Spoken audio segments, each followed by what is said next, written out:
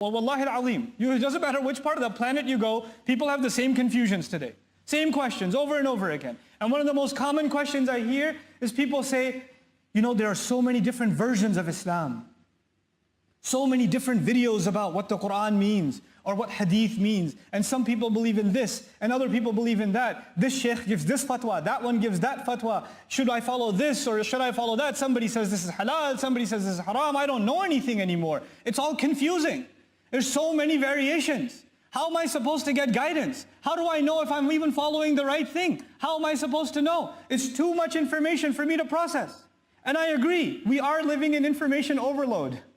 We are. We are bombarded with so many different perspectives, even within Islam. Look at the audience that is sitting in this hall. Even though we're locals from this area, most of us, the way that you've learned about Islam from the person next to you is very different.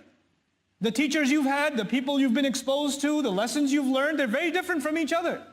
So there's a lot of variation in how we are exposed to Islam, and a person gets overwhelmed and says, how am I supposed to know if I'm even following the right thing? And you know what? This ayah is the answer. I don't guarantee guidance, and YouTube doesn't guarantee guidance. And Google doesn't guarantee guidance. And people don't guarantee guidance. It is our hope that Allah Himself will give me personally guidance. Guidance will not come from anywhere else. Whether you have no information or over information, that doesn't matter. That Allah will guide you to the right course depends on how much you asked Allah, not anyone else. And once you ask Allah, you don't have to be nervous anymore because you have absolute certainty that Allah will give you guidance. He does not turn anyone away. Getting guidance from Allah is not difficult. It is not difficult. Allah has opened the door of guidance wide open for those who seek it. We just have to be people who seek it. That's it. I mean, this ayah belongs to Surah Al-Kahf. And I can't talk enough about Surah Al-Kahf as is evidenced in this khutbah. But these Ashabul Kahf, these people of the cave that we read about every Friday, these people have no prophet around them, no alim around them, no sheikh around them, no sahabi around them. They're by themselves. And they live in a village where everybody worships idols. And they come to a conclusion that, you know, there can only be one God. They don't even know how to say it. And we can't worship these things. لَن نَدْعُوَ مِن دُونِهِ إِلَهًا.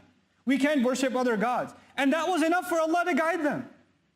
With no knowledge, with no revelation, nothing. That was enough for Allah to guide them, and guide them so much that today, people who study the deen for years and years and years, studied tafasir of these young men who knew nothing compared to the ulama that learned from them. Because they got Allah's guidance. Because Allah would give them guidance. Because it doesn't matter how dark your situation is, how hopeless it is. When you have hope in Allah, that's enough. That's just enough. عَسَىٰ أَن يَهْدِيَنِي رَبِّي لِأَقْرَبَ مِنْ هَذَا رَشَدًا. Now the last, and what I consider the most beautiful part of this expression. Perhaps Allah will guide me. Guide me to what? Guide me to what? He says, لِأَقْرَبَ مِنْ هَذَا رَشَدًا.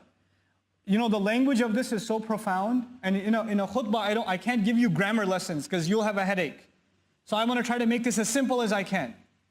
In the Arabic language, sometimes you say over there, and sometimes you say all the way over there. When you say all the way over there, you're saying that I'm guiding you to your destination. If you just say over there, maybe you get over there, then you have to go somewhere else and somewhere else and somewhere else. But if I say all the way over there, then I've told you that that's where you have to go. You don't have to go any further than that. When the lam is used, عَسَىٰ أَن يَهْدِيَنِي رَبِّي لِي أَقْرَبَ. Al-lam. This lam, what it suggests, this is al-muntaha. There's no higher thing to ask for in this dunya. If you get this, there's nothing better to ask for. If the word ilah was used, then you get there, then you go for something else and go for something else. You see?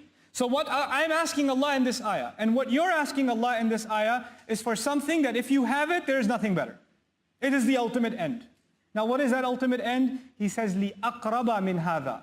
Closer than this. I hope Allah will guide me closer, all the way closer than this. What does the word this mean? This means where I am right now. Now let's understand what this means in simple language. All of us, alhamdulillah, thumma alhamdulillah, have some degree of guidance.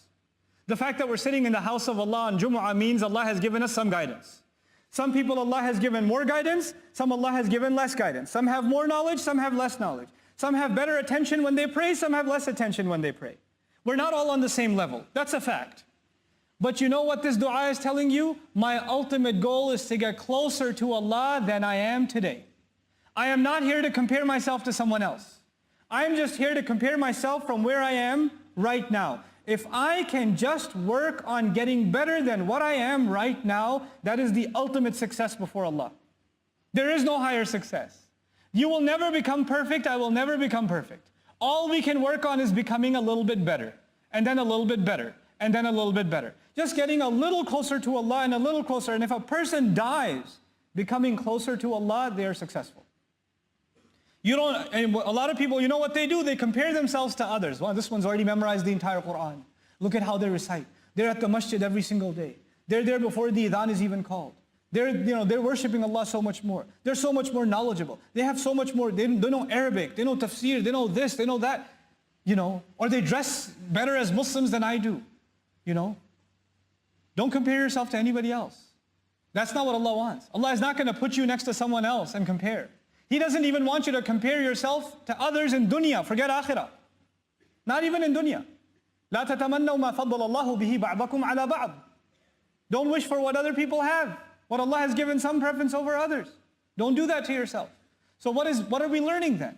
We're learning that if, for example, you're starting to recite Quran today, you're 35 years old, you haven't even opened the book for 30 years, and you decide to start reading Quran today, you can't even get through Bismillah, you don't even know what a ba looks like anymore. Now you have to learn like children. There are people who are your age who can read like adults, but you have to read like a child. But that's okay. That's okay. When you learn even that alif or that ba, and you make a little bit struggle closer to Allah, and you died that way, maybe you're better than even a alim. Maybe you're better than a hafiz of Quran, who memorized the whole book but has no appreciation, didn't want to make themselves a better person. Because who wants to make themselves a better person is in the heart, and Allah knows that. So don't underestimate where you are with Allah. People can underestimate you, Allah does not underestimate you.